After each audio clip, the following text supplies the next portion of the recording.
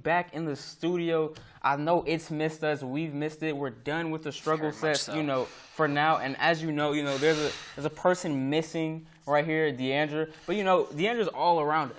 She's recording it. All those effects. Deandra is everywhere. So just holding her to one place is just not, using all her talents. If anything, she is doing more now than she would do if she was in front of the camera with us, because she's the only reason right now that we're able to use this set. So she's LeBron. I'm the rest of the Lakers. Okay. So then what am I? You part of the Lakers too.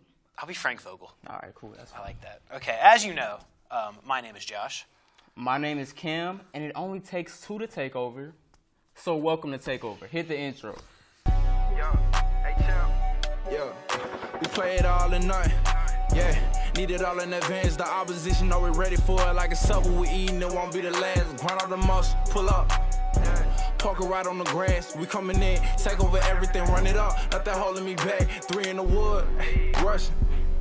I don't like Dutch, don't even matter, you know I'm a face. And when I roll a paper, I like to go double. Run up a check, flip a W, make it an M. Starting off, first topic of the day, NFL.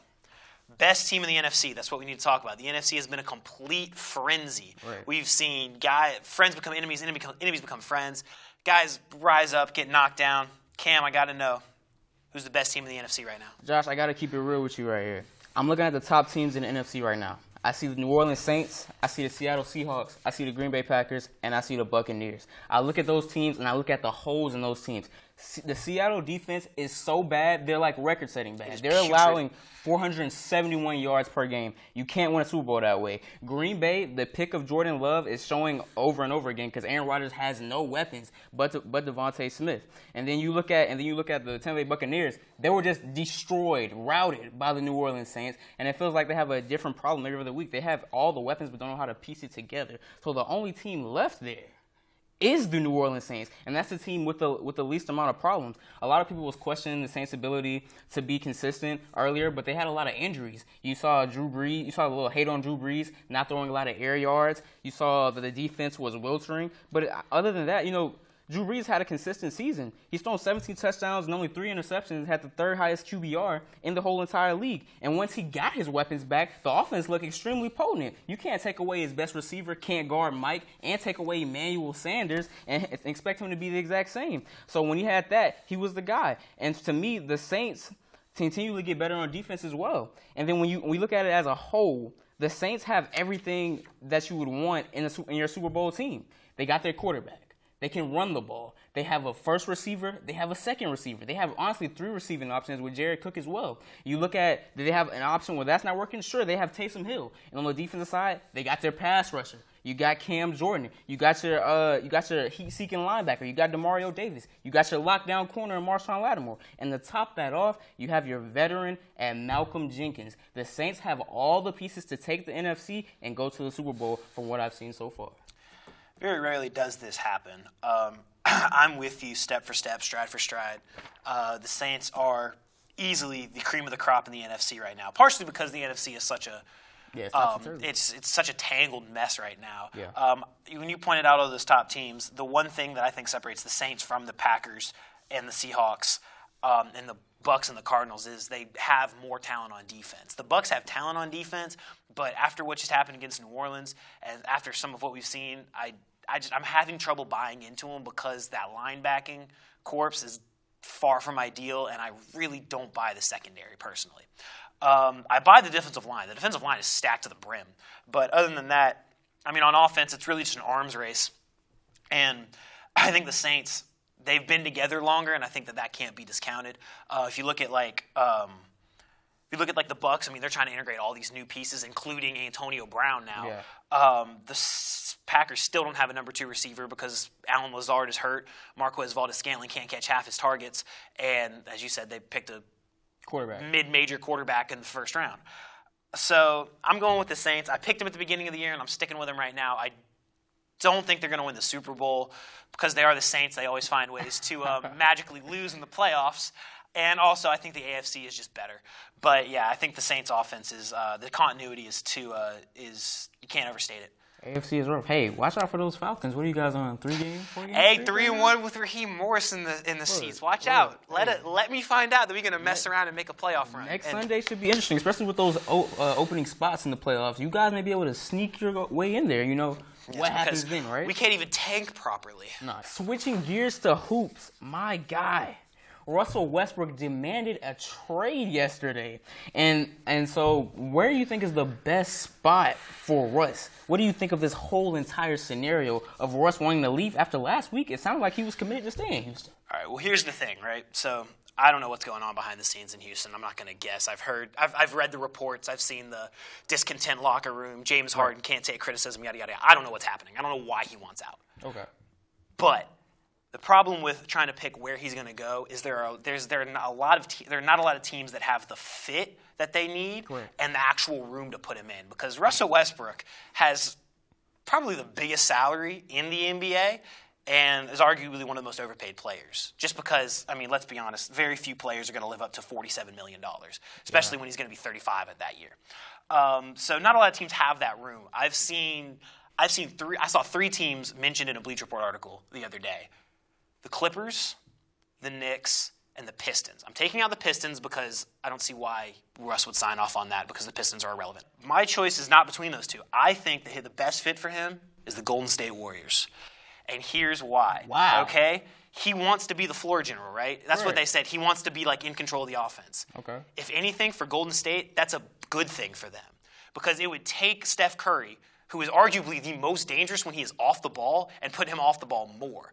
Plus, he would have the guy that has averaged 10 assists 3 times at least, right? Right. And it would take more strain off Steph Curry so then he could preserve himself a little bit more. So to get him, Golden State needs a jolt. I think they're falling behind in the arms race in the West because we've seen so many other contenders make steps forward, and right now they're just trying to bank on their past. Right. They don't have the depth that they need. After the big 3, all they've really got is Marquise Chris, Kevon Looney, Andrew Wiggins, Eric Paschall, and Jordan Poole. I don't buy those 5 guys as part of a championship rotation. And luckily, to get Russell Westbrook, you probably wouldn't have to give up too many of those. You could probably give up next year's Minnesota pick and maybe Jordan Poole, and you've got him. Right. I saw one trade scenario that included the Cavaliers and Kevin Love went to the Rockets.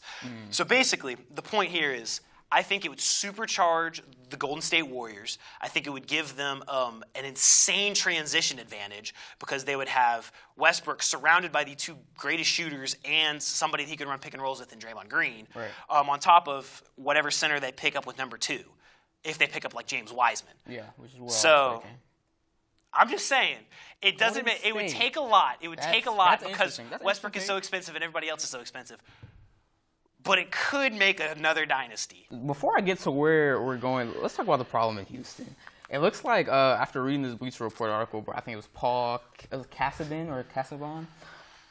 It looks like James Harden can't take criticism, and it looks like the situation of because Russ ended up saying, after all, I want to have more of the floor general role. I want the ball in my hands. But to that, I respond with Russ is like, what'd you expect playing with James Harden, the most, if not you?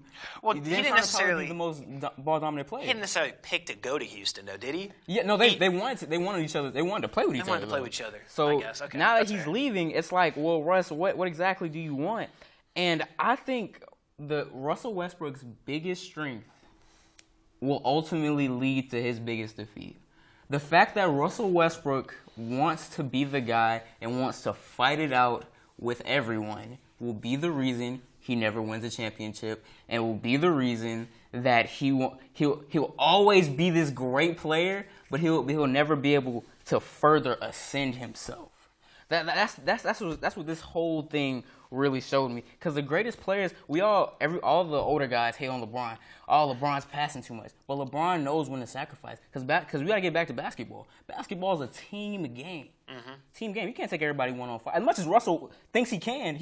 At the end of the day, we've seen so many runs where Russell has just pushed and pushed and pushed. And at the end, it doesn't work. He's a walking heat check. It doesn't work. And his ability not to be able to shoot the 3 hurts him as well. So when you factor all of that, I think history is repeating itself. When I see this Russell Westbrook situation, I think of someone like Allen Iverson. I think of how the Allen Iverson story ended, where Allen Iverson, he's this great athlete, great player, but no one really fits him. He's driven his way out of all of these situations. And as crazy as it is, I think we're about to see the saddest ending to one of my favorite players of all time, Russell Westbrook. I think that is about to happen sooner or later if he gets traded. Because the best spot for Russell to stay in is the Houston Rockets.